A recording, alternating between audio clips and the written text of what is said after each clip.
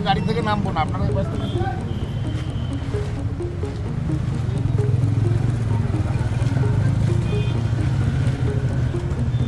Check করতে পারেন। না না, এই সিটটা ভাঁজ করে দে তো, নাকি চেক করার জন্য সিট ভাঁজ করে দিচ্ছি, দেখতে পারেন। দেখে না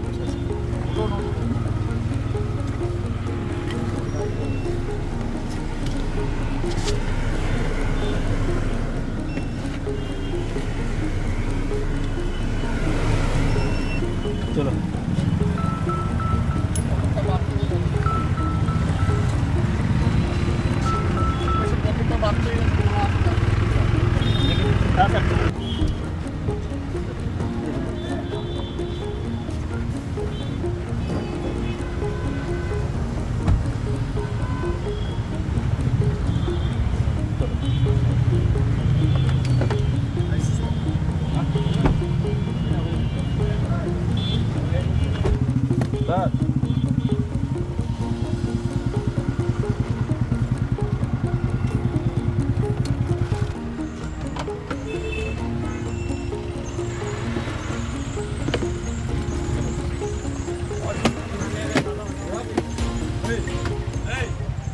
এখানে পুলিশ দাঁড় করিয়েছে।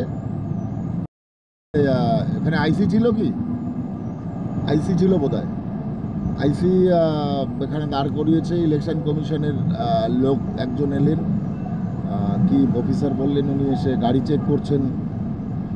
আপনার গাড়ি চেক করেছেন? হ্যাঁ, প্রথমে উনি কার্ড নিয়ে আসেননি, উনি বিডিও অফিসের ভেতর থেকে, ওনার নাকি অর্ডার আছে, বিডিও অফিসের ভেতর থেকে উনি কার্ড আনলেন, বিনা কার্ডে চেক করতে যাচ্ছিলেন।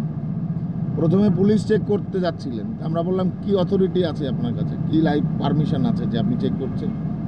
তো সেখানে তারপরে উনি এলেন, উনি বিনা কার্ড নিয়ে এলেন, যিনি ইলেকশন কমিশনার। তারপরে সে কার্ড আনতে আরও 15 মিনিট 20 মিনিট লাগালো, মানে আমার এখানে টাইমটা কিলিং করা হচ্ছে। এই মতো পরিস্থিতিতে আমরা দিয়েছি, গাড়ি চেক করেছে, কিছুই খুঁজে পাইনি। আমি স্পেশালি বলেছি পুলিশকে ঢুকে ঢুকে গাড়ি চেক করুন। এটা তো আমরা কমপ্লেন দেবো, আমরা কমপ্লেন দেবো যে একটা প্রচারের গাড়িতে আটকে এভাবে আমাকে সময় নষ্ট করা ঠিক আছে। আর সেটা পুলিশ, ইলেকশন কমিশনের লোক না দাঁড় করিয়ে পুলিশের আইসি, পুলিশের যারা এসআই আছে তারা দাঁড় করিয়ে এটা করছে। ইলেকশন কমিশনের ফেস করা উচিত ছিল প্রথমে। এগুলো রাজ্যে পুরো একটা কি বলবো, মানে গুন্ডারাজ চলছে। একটু আগে পুলিশের সামনে আমাদেরকে হামলা করা হয়েছে, বাগদায় আমরা প্রচারে গেলাম, সেখানে হামলা করি। মানে পুলিশ মোটামুটি টিএমসির দালালিটা সম্পূর্ণভাবে করে যাচ্ছে। যতটুকু দালালি করে ব্যাকআপ দেওয়া যায় বনগাঁকে, ততটুকু পুলিশ দালালি দিচ্ছে।